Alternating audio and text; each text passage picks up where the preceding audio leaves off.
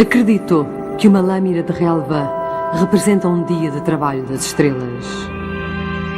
Assim escreveu o poeta americano Walt Whitman.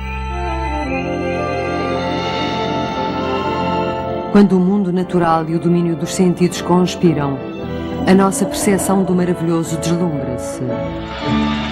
Esta orbe mágica, esta terra, esta maravilha das maravilhas, esconde no seu seio locais especiais, pontos de referência no planeta, onde a natureza revela a sua verdadeira majestosidade.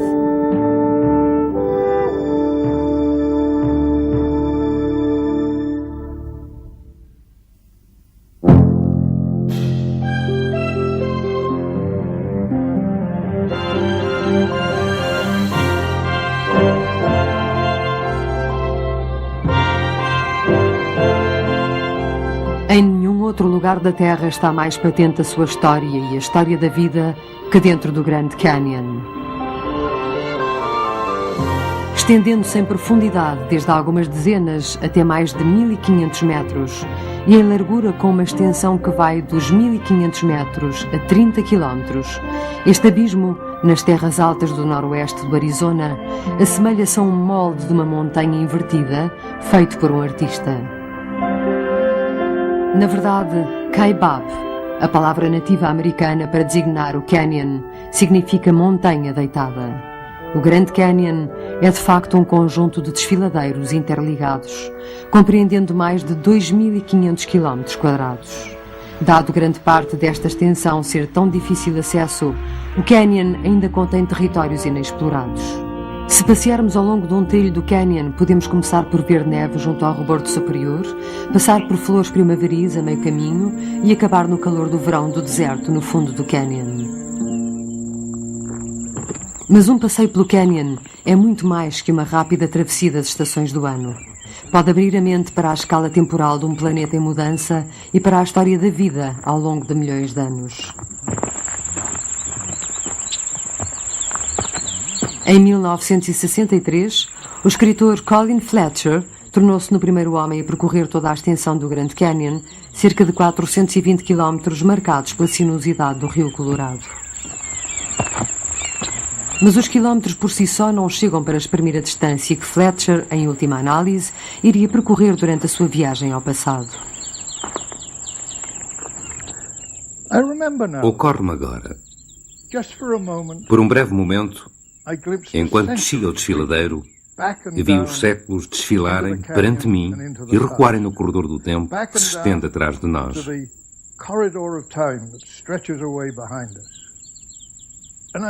E compreendi que se descesse ao fundo do canyon, se mergulhasse naquele silêncio e naquele espaço, naquela solidão, talvez pudesse, de certo modo, deslocar-me e atravessar a aparentemente impenetrável face do tempo.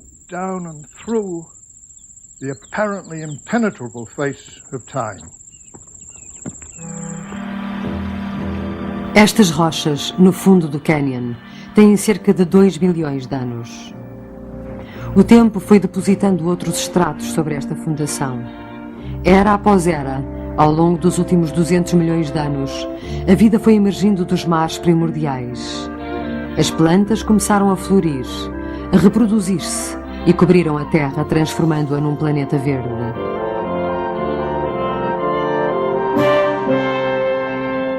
Lentamente, o Planalto do Colorado começou a erguer-se. Os diversos cursos de água que percorriam o Planalto juntaram as suas forças e formaram o majestoso Rio Colorado. Este grande escultor começou então a cortar e a esculpir o canyon.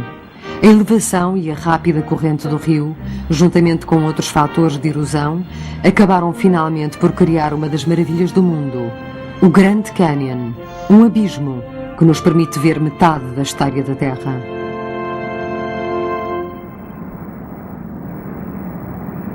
Este santuário é fruto do trabalho do rio. Tal como esta caverna, dentro dela caberiam dezenas de milhares de pessoas e, mesmo assim, continuaram a sentir-se insignificantes perante a sua imensidade.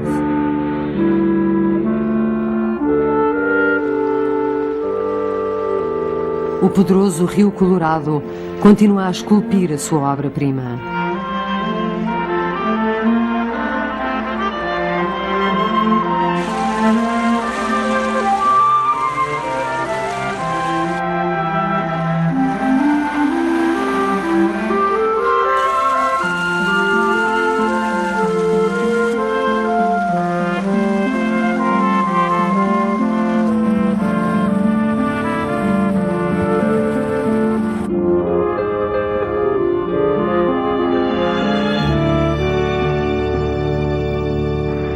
O Colorado que criou o Grand Canyon era um rio muito diferente do que hoje atravessa o Canyon. As suas águas eram avermelhadas devido à lama que transportavam, o que fez com que Francisco Garcés, um padre jesuíta, em 1776, lhe pusesse o nome de Colorado. Hoje o rio já não é colorado, é límpido.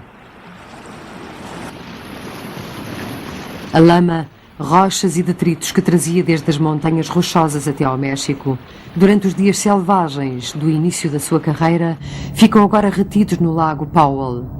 Este reservatório artificial foi formado pela barragem de Glen Canyon, que domou o Colorado. Quando o Major John Wesley Powell efetuou a histórica travessia enjangada do Canyon, em 1869, o rio debitava uma média de 850 metros cúbicos de água por segundo. Desde 1964, data em que a barragem começou a transformar a força do rio em energia hidroelétrica, o débito diminuiu para 1/10 do inicial, modificando para sempre a ecologia do Grand Canyon. Os seres humanos têm habitado este local desde há milhares de anos. Hoje, o Canyon é o lar dos índios Hualapai e Havasupai. Há 1000 anos atrás, o Canyon abrigava o povo Anasazi. Os seus descendentes são os Hopi e o Canyon continua a ser a sua pedra de toque espiritual. Em 1540, o explorador espanhol Coronado procurava as lendárias cidades de Cibola. Ouvindo falar de um grande rio, enviou um grupo de homens em sua busca, chefiados pelo capitão Garcia López de Cardenes.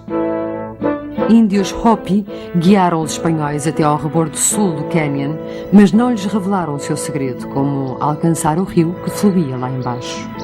Sem água, o capitão teve de abandonar a expedição. Um dos locais sagrados que os Hopis não queriam que os europeus encontrassem era o Sipapu, o lugar onde, segundo a sua história da criação, os seres humanos haviam pela primeira vez surgido à face da Terra. Hoje, os Hopi continuam a fazer uma peregrinação anual ao Grand Canyon.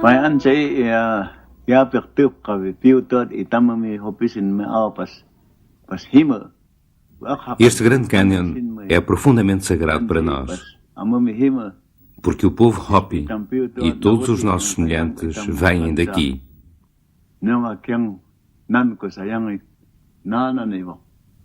O Sipapu é aqui, e é aqui que vimos orar. Apanhamos sal, tintas para pintar, ervas e plantas que utilizamos nas nossas cerimónias. Para os Hopi, o Sipapu, o seu ventre dentro da terra, é uma lembrança constante da origem comum de todos os povos. E para os outros que aqui vêm, o Grand Canyon é também uma espécie de Sipapu. Este enorme desfiladeiro dá-nos a perspectiva de que a vida humana é apenas um breve instante na imensidão do tempo.